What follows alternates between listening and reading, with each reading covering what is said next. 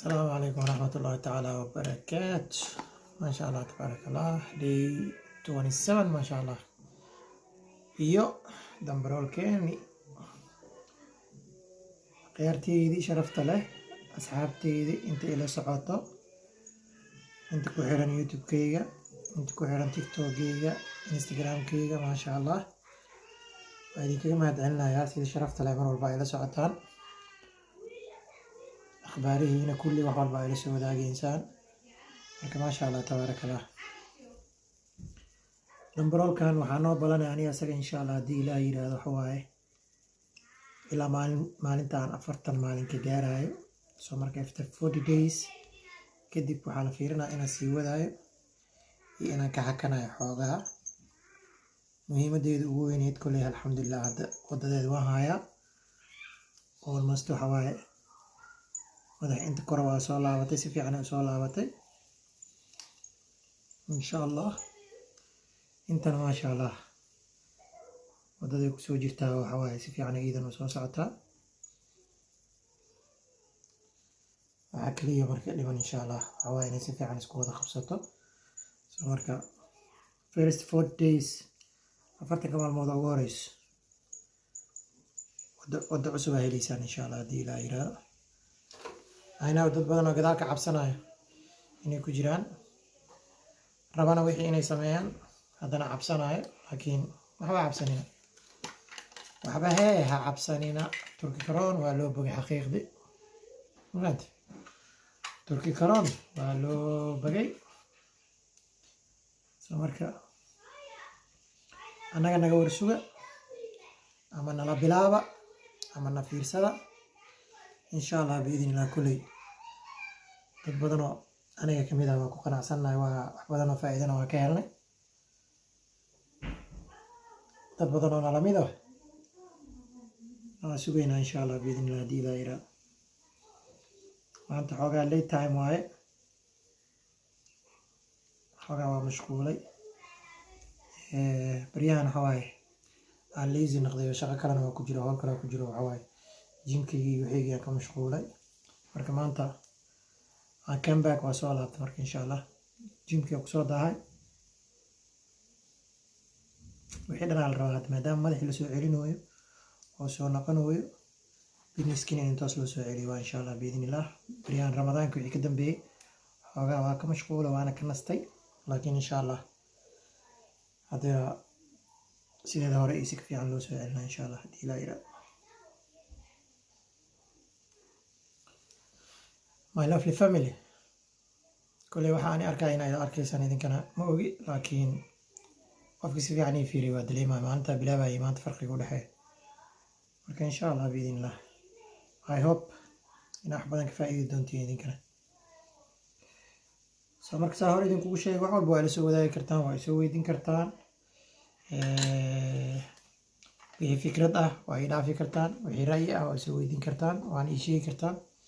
bini aadan nahay waxaa laga yaabaa waxaan isleeyahay adi kaligaa ku tahay, waxaa laga yaabaa in idinka dhankiin idinka iiga imaadaan.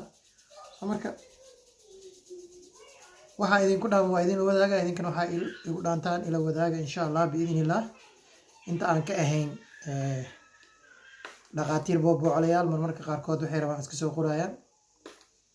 intaan dadkaas ka ahayn qofkii kaloo ra'yi fiican keeno oo walaal ah waa soo dhaweynayaa. laakiin dadka iska caytamaya iyo dadka waxyaabaha qaarkood iska soo qoraya ayagay dhibaysaa. soomaali waxay tirahdaa af caytama hee ninkiisuu ku yaalaa. dadka qaarna waxa waaye qaabkooda sidaan ka fahmay tukurish timir gaari waaye dhulka inuu fadhiisto muxuu dhaha qaraar waaye, leanno geedka timirta ma kori karo mana soo goosan karo ma. soo marka dad badanoo waxaa jiro saan ka dareemayo wixii way rabaan, way u baahan yihiin, haddana ma haysto self confidence, ma haysto nafsadiisa, ma ku kalsoona. ma fahante? soo marka maadaama uu nafsadiisa ku kalsooneen wuxuu kaa dhaadhicinayaa asaga inuu ra'yigiisa kaa gado. xataa ma aha fikir, ma aha ra'yigiisa, wuxuu asaga aaminsan yahay inuu adig kaa gado. uu kaa dhaadhiciy saan ma ahan, saanaa la helaa, kanaa ka dhacday, kanaa saane.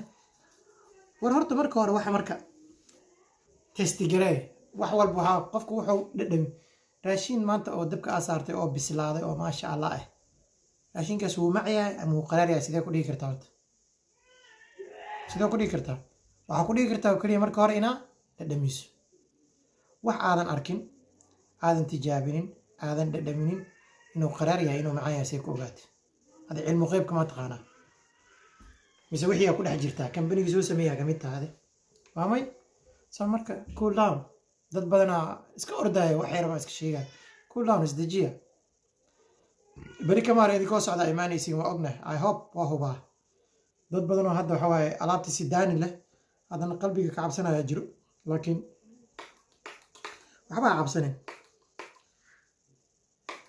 haddii aaminsantaha waxa waaye meelaha ogaha tacbaan ka naqane adiga le kugu xiran tahay taas adiga le barnaamijkaadaas ha kugu xirnaado laakiin not me